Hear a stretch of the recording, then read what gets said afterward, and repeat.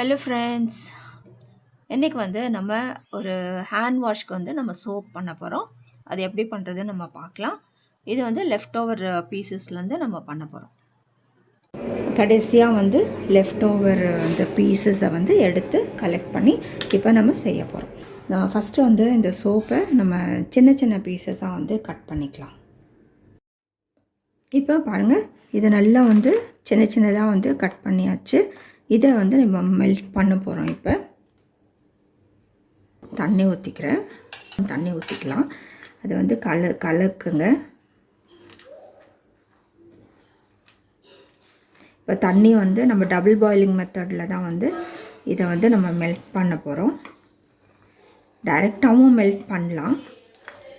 நல்ல சிம்மில் வச்சு நீங்கள் டைரெக்டாகவும் மெல்ட் பண்ணலாம். நம்ம கொஞ்சம் தண்ணி ஊற்றி ஃபஸ்ட்டு இதை கலக்கிடலாம்.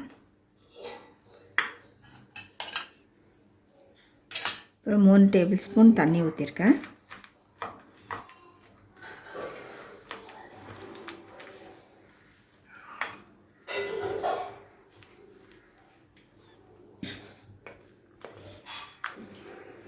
நம்ம சோப் பேஸ் மெல்ட் ஆகிற மாதிரி இது சீக்கிரமாக அப்படியே நீங்கள் ட்ரையாக வச்சா மெல்ட் ஆகாது. அதனால் கொஞ்சம் தண்ணி ஊற்றி தான் நம்ம மெல்ட் பண்ணணும். இப்போ இதை நம்ம டபுள் பாயிலிங் மெத்தடில் வச்சுக்கலாம். இப்போ நம்ம அப்படியே கலந்து விட்டுட்டே இருக்கலாம். இப்போ தண்ணி நல்லா பாயில் ஆகிடுச்சு. நான் இது சிம்மில் வச்சுருக்கேன்.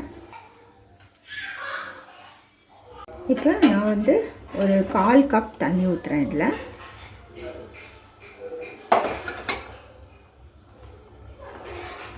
இப்போ இதை நல்லா கலக்கலாம்.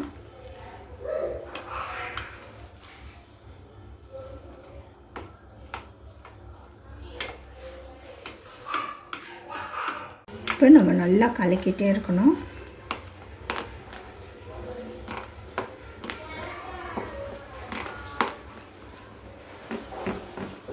இப்போ பாருங்கள், நல்லா கரைஞ்சி வருது. இது கொஞ்சம் லேட்டாகும் தான்.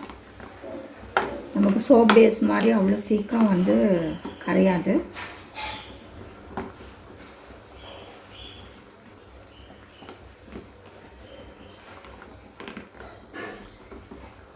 ஒன்றும் சின்ன சின்ன பீசஸ் இருக்குது, அதையும் கலரிட்டே இருக்கலாம்.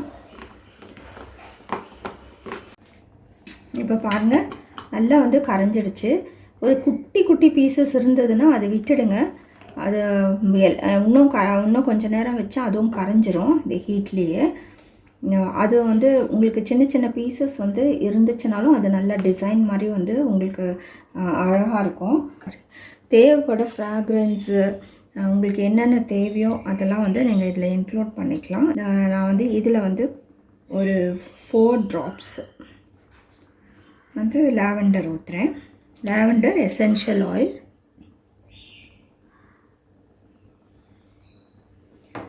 அதுக்கப்புறம் இதில் ஏற்கனவே விட்டமின் இ ஆயிலெல்லாம் இருக்கும். இதில் கொஞ்சம் நான் கிளிசரின் ஆட் பண்ணுறேன். கொஞ்சம் ஆலிவ் ஆயிலும் ஆட் பண்ணிக்கலாம். ஹேண்ட் வாஷ்க்காக சோப் பண்ணுறதுனால இது நமக்கு போகிறோம். இப்போ நான் இந்த பாக்ஸில் ஊற்றுறேன். உங்களுக்கு சின்ன சின்ன மோல்டு இருந்துச்சுனாலும் மோல்டில் ஊற்றிக்கலாம். பட் இது வேஸ்ட் பாக்ஸில் ஊற்றுறது தான் நல்லது. மோல்டு நம்ம சாக்லேட்கெல்லாம் யூஸ் பண்ணுவோம். இல்லை சோப் மோல்டு நீங்கள் வச்சுருந்தீங்கன்னா அதில் ஊற்றிக்கோங்க. இப்போ நான் இதில் ஊற்றிக்கிறேன்.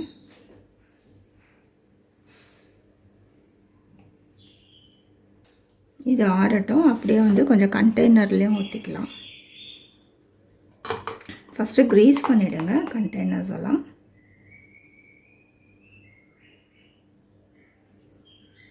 இப்போ இது ஆறட்டும்.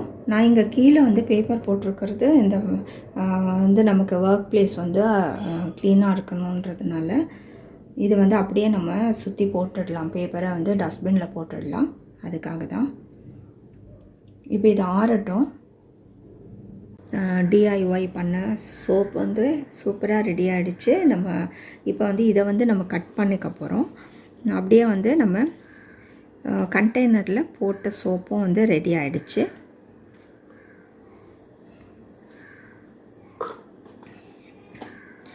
இப்போ பாருங்கள், இந்த சோப் வந்து நல்லா வந்து சூப்பராக இருக்குது.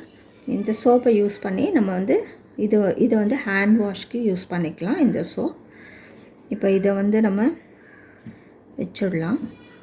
இதை வந்து கட் பண்ணிக்கலாம்.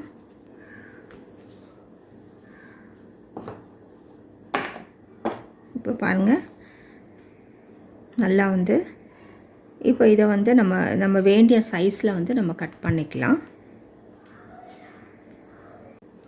இப்போ நம்ம கட் பண்ணியாச்சு.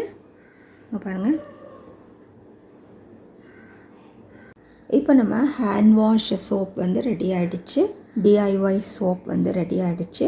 லெஃப்ட் ஓவர் சோப்லேருந்து நம்ம செஞ்சது. பாருங்கள் எத்தனை சோப் வந்திருக்கு பாருங்கள், எவ்வளோ நல்லா இருக்குது பாருங்கள். இப்போ இது வந்து நம்ம ஹேண்ட் வாஷ்க்கு யூஸ் பண்ணிக்கலாம்.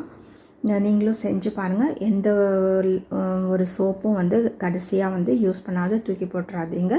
இது போல் வந்து ஒரு பாக்ஸில் நீங்கள் போட்டு வச்சிட்டிங்கன்னா உங்களுக்கு டைம் கிடைக்கும் போது இது போல் வந்து உங்களுக்கு வேண்டிய சோப் வந்து கிடைக்கும். இதை வந்து இந்த வீடியோ ரொம்ப நாளாக நான் போடணும்னு நினச்சிட்டு இருந்தேன். ரொம்ப நல்லாயிருக்கு. நீங்களும் செஞ்சு பாருங்கள். செஞ்சு பார்த்து உங்களோட கமெண்ட்ஸ் எங்களுக்கு போஸ்ட் பண்ணுங்கள். இந்த வீடியோ உங்களுக்கு பிடிச்சிருக்கோன்னு நான் நினைக்கிறேன். இன்னும் நிறையா சோப் வந்து எங்கள் சேனலில் இருக்குது, நீங்கள் போய் பாருங்கள்.